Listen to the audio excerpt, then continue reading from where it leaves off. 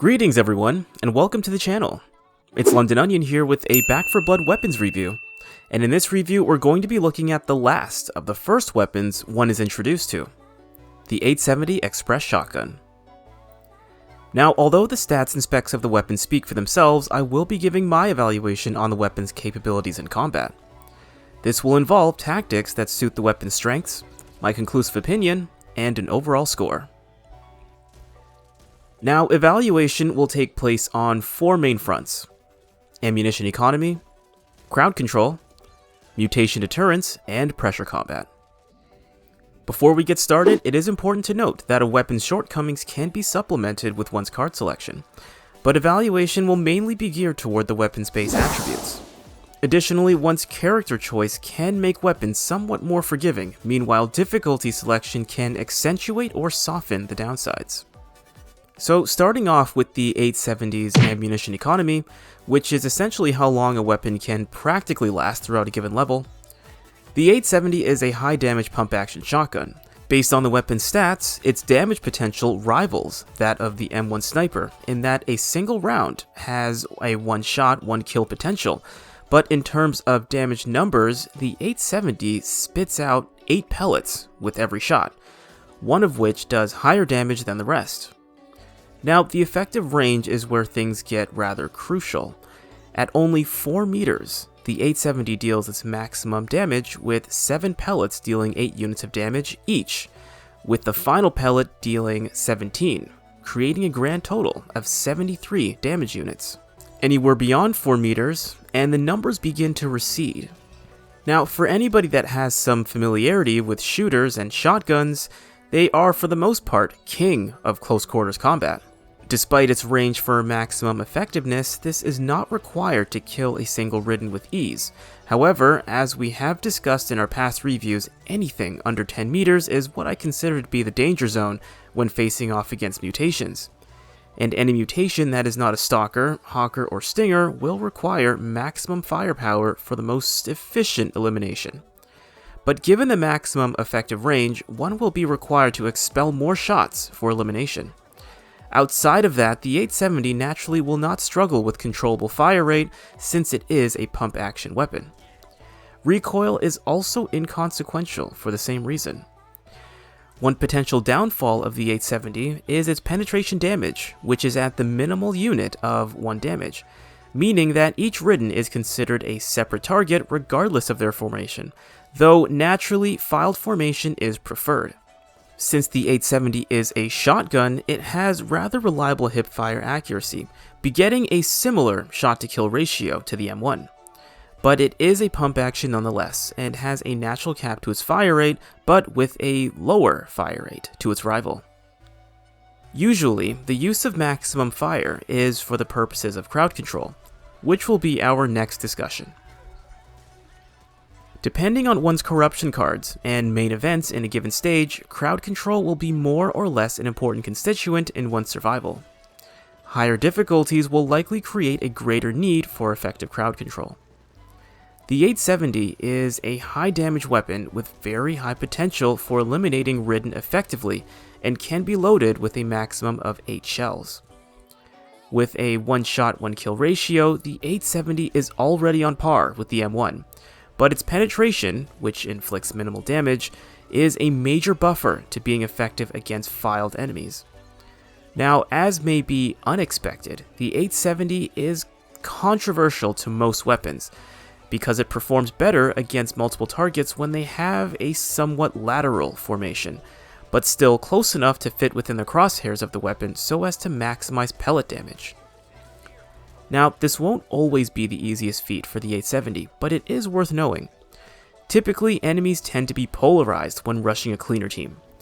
They are either spread out or close-knit, but not always close enough for 2 enemies to fit in the crosshairs. Now, keep in mind, this does not mean that the weapon is totally ineffective against filed Ridden. A multi-kill per shot is still doable, but the more pellets the initial Ridden takes up, the less damage is done to the second. Now, the 870 is a pump action weapon, hampering its ability to be efficient. The compensation comes with its power. At the same time though, the 870 must be reloaded one shell at a time, and is best used at close range. It can perform crowd control, but only for a short period of time. Afterwards, one's secondary, or their fists, will be the next line of defense until the weapon is reloaded. Part of handling crowds in Back 4 Blood will involve having to adopt a run-and-gun-like style. The 870's mobility is not exactly a strength while aiming down the sights, but the 870 is not a weapon of mobility, but instead power and simplicity. With its one-shot, one-kill ratio, disregarding user error of course, it should be able to reliably put down targets with minimal time and effort. Additionally, aiming is not as necessary as it is for other weapons, meaning that one can maximize their mobility by simply using hipfire in crowd control circumstances. But again, the capacity and reload pattern are not in the weapon's favor. The only countermeasure to this, aside from a properly built deck, is to keep one's shells topped off as frequently as possible or take advantage of whatever space one is able to create, lest they find themselves in a situation where they require more consecutive shots, but only have their fists. Sometimes, the need for crowd control is due to a lack of effective pressure combat and mutation deterrence, which will be our next discussion. Pressure combat, as I coined the term, refers to how efficiently a weapon can eliminate targets in multiple areas, or how well a weapon can complement one's ability to engage and eliminate multiple scattered targets at varying ranges. Now, after discussing the 870's effective range, damage, and control, pressure combat can be challenging if sustained for too long, or if abused by aiming too far. Using the 870 means that one must restrict their fire for close-range combat. The main saving grace for pressure combat is its reliable shot-to-kill ratio, but this only demands more skill of the user, as close-range fighting demands greater reflexes and accuracy, ironically anyway. Creating a choke point or a hurdle for enemies of some sort would be in one's greatest interest, depending on the intensity of pressure. Part of being effective for pressure combat is the intervals of fire one can put down. With this in mind, the 870 can maintain consistent fire, but just as we discussed in crowd control, one will have to keep their shells topped off under these circumstances as well. With the limited effective range, pressure combat is a little outside of the 870's purview, since it is essentially limited to close range for consistent ridden elimination. This simply means that pressure combat is stressful on the weapon's capabilities, but not impossible.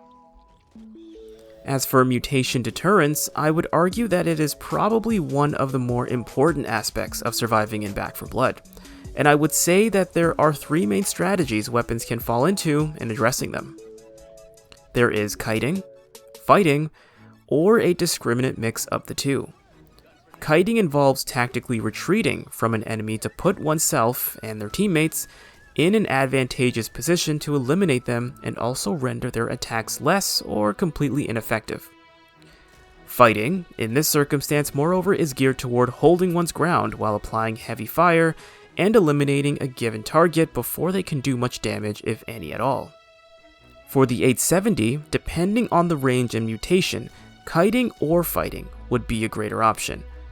I would say tall boys are out of the question given the range, fire rate, and capacity. Tall boys of any variant are best kept at a distance. Everything else, however, is fair game for fighting, since the 870 has very high potential for stumbling mutations with relative ease. This remains the case even when they are outside of the range for maximum damage, but this is not to be abused. Retchers, Stingers, and Hawkers can still be effective if they are too far, but otherwise the 870 is quite effective for mutations. Tall boys do remain troublesome, unless one is carrying an offensive throwable. Now personally, I actually do rather enjoy using the 870.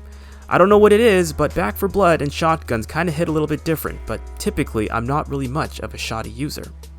Now although the range is easily its greatest downfall, aiming down the sights can still help with shooting beyond its effective range if you're trying to go for critical shots, which is not exactly a waste of one's time, but it can be troublesome if you're trying to be proactive in thwarting crowd control.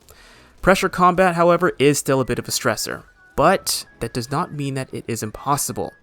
Even when enemies do close in, yes, it is going to give a bit more of a demand on one's skills and reflexes, but with enough practice, it really does not seem all that stressful. But that has just been my experience with the weapon anyway. Moving on to the scoring, the weapon's ammo economy is in the ideal range. Ammo waste is mainly up to user error, which would include a misjudgment on range. Otherwise, shot penetration is not exactly ideal, but that is compensated by its damage and ability to still eliminate filed or slightly lateral targets, depending on how close you are. Crowd control is not bad for the 870. It's mainly limited by the short range effectiveness and a demand on the user to constantly reload where possible, and this can be a rather easy thing to forget. The hip fire is reliable, which is ideal for run and gun. Meanwhile, shot to kill ratio is exactly where it needs to be. Pressure combat and mutation deterrence is an area of satisfactory performance. Pressure combat is mostly limited due to its range, but compensates with the reliable shot to kill ratio, but with the reload speed and ammo capacity, the 870 can only take so much. Its performance shines a bit more with mutations. Not only is the damage high, but the stumbling capability is reliable most of the time. Just be sure to watch the range and evade where appropriate. Overall, I give the weapon a solid 13 out of 20. But that concludes the review. Thank you guys for joining me on this one, and I will see you in the next review, where we will be covering weapon-specific decks for the reviews we have done thus far. And of course, I will be back with more weapon reviews in the future. It's been London Onion, and I will see you guys next time.